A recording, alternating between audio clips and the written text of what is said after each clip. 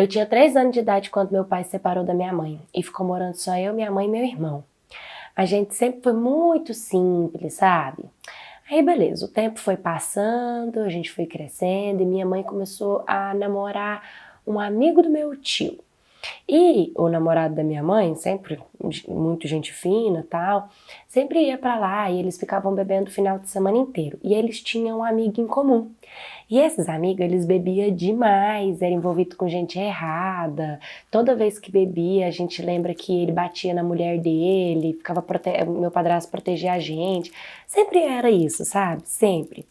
Até que teve um dia que esse amigo dele estava bêbado, eu não sei o que aconteceu lá com eles, eu era pequena, só sei que ele jurou meu padrasto de morte, falou que se encontrasse meu padrasto matava ele, e meu padrasto ficou com muito medo, porque ele já tinha matado outras pessoas, né, e a gente sempre foi do Pará, lá a galera, tem gente assim que mete a faca mesmo, dependendo da situação, do rumo que você tiver, sabe, não desacredita não.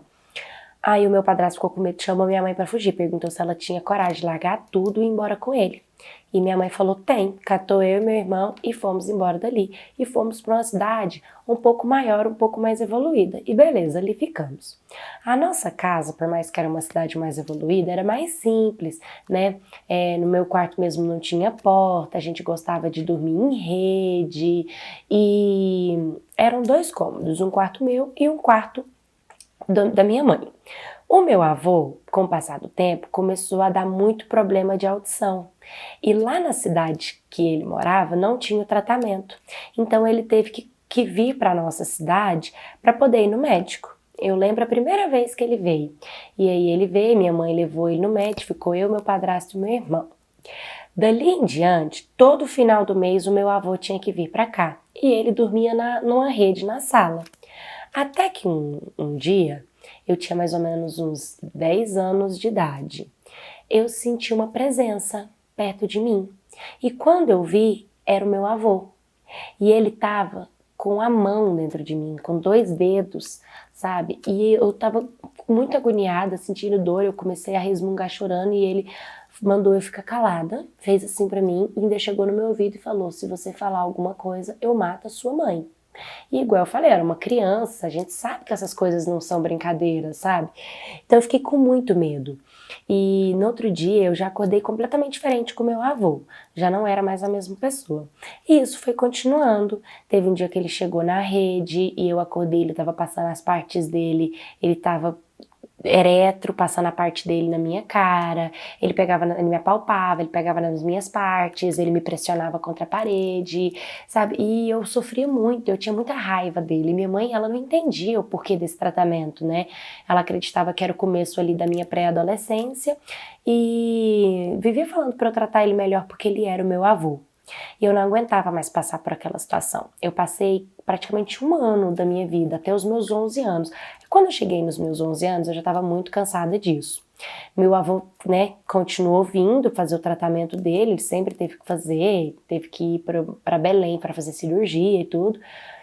Ele estava indo embora já, ele estava se arrumando para ir embora, minha mãe estava lavando as vasilhas e eu estava varrendo o quintal, sabe?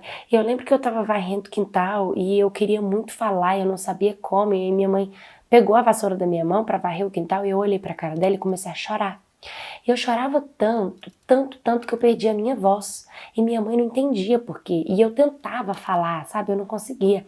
Até que muito calma, eu falei pra ela tudo, sabe? Contei pra ela o que tinha acontecido, o que meu avô fazia comigo, que eu tava sofrendo, que tava doendo, que eu não sabia o que fazer, que ele tinha ameaçado ela de morte.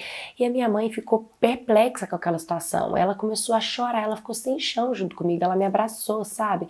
E ali junto comigo, ela chorou, chorou, chorou e depois ela entrou. E aí passou as horas, eu tava debaixo de um pé de manga com uma amiga, sabe? Pensando em tudo que tinha acontecido com o olho inchado e o meu padrasto chegou. Ele virou pra mim e falou, vai tomar banho que a gente vai sair. Eu não entendia muito bem, mas aí eu fui, tomei um banho, ele me levou pra uma sala onde tinha uma mulher e ela perguntava assim pra mim, pra eu falar tudo o que tinha acontecido, né? Que era pra fazer um boletim de ocorrência. E como eu já tava mais com a cabeça fria, porque eu já tinha chorado muito, eu não tava conseguindo falar. Então ela falou assim pra mim, você quer ficar sozinha? E eu falei que sim. Minha mãe saiu e aí eu peguei e falei pra ela tudo. Quando eu saí, minha mãe estava do lado de fora, ela me abraçou, ela me beijou e ali a gente teve um encaminhamento para o ML pra gente poder fazer um corpo de delito, né? E também para psicóloga para eu começar a fazer sessão de psicóloga. A gente fez, foi super constrangedor, porque eu nunca, com 11 anos, não é uma idade assim da gente ir em ginecologista, a gente ficar pelado e, né, isso é uma coisa um pouquinho mais velha. Então eu era muito menina, então eu fiquei muito constrangida, tipo, ter que passar por aquela situação, aí me examinaram, mas foi muito rápido. Depois eu comecei a uma vez por semana ter que ir na psicóloga, fazer um tratamento, aí saiu o resultado do meu corpo de delito, deu negativo, né, eles tinham visto para saber se eu tinha perdido a virgindade ou não, se ele tinha chegado a fazer algo comigo ou não, mas não chegou a esse ponto. Ele fez várias coisas com o meu corpo, com o meu psicológico, mas graças a Deus ele não chegou a efetivar mesmo o que vocês já sabem, né? Enfim, para mim foi extremamente importante o apoio da minha mãe e do meu padrasto.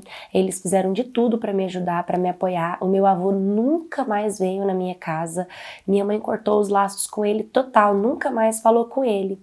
Para vocês terem uma ideia, agora em 2019, meu avô descobriu que estava com leucemia e ele vivia vindo para nossa cidade fazer tratamento e mesmo assim minha mãe não falava com ele, sabe? E por mais que ela demonstre que não sente, eu sei que ela sente, ele é o pai dela, mas para demonstrar apoio a mim, ela não dá o braço a torcer ao meu avô, sabe? Não dava, até que desenganado pelos médicos, no leito de morte, o médico realmente, né, ele estava à beira da morte, minha mãe decidiu ir lá no hospital para liberar o perdão para ele. Quando chegou lá, ele não demonstrou, dizendo ela, ele não demonstrou um pingo de arrependimento de nada, sabe? Que parece assim que continuou com aquela coisa tipo, de como se ele tivesse certo no que ele fazia, sabe? Não deu o braço a torcer, foi muito ruim. E o meu avô morreu. E minha mãe não chorou, sabe? Ela não acompanhou. E por mais que eu sei, é igual eu falo, por mais que eu sei que ela sente, ela sempre tentou não demonstrar para mostrar apoio a mim. Hoje ela não tá mais com meu padrasto, mas eu tenho muita gratidão por tudo que a gente passou.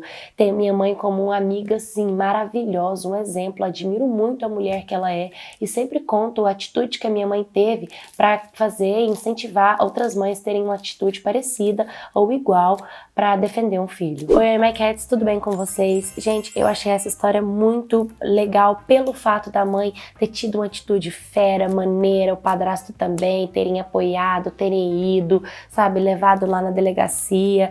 E também o fato dela, tipo, mesmo que seja um pai, ela cortou os laços, né? Não é porque é um pai ou uma mãe que a pessoa pode te intoxicar, pode te agredir, e você tem que continuar convivendo com essa pessoa, ainda mais quando ela fere um filho, né?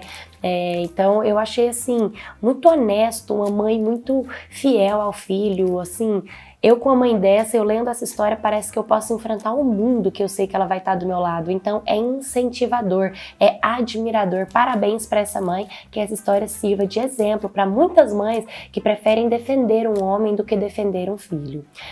Se você já passou qualquer tipo de abuso, denuncia, diz que 100, tá bom? Deixe nos comentários o que você achou desse vídeo, curta, comenta, compartilha, se inscreva no canal. Um beijo e até o próximo vídeo.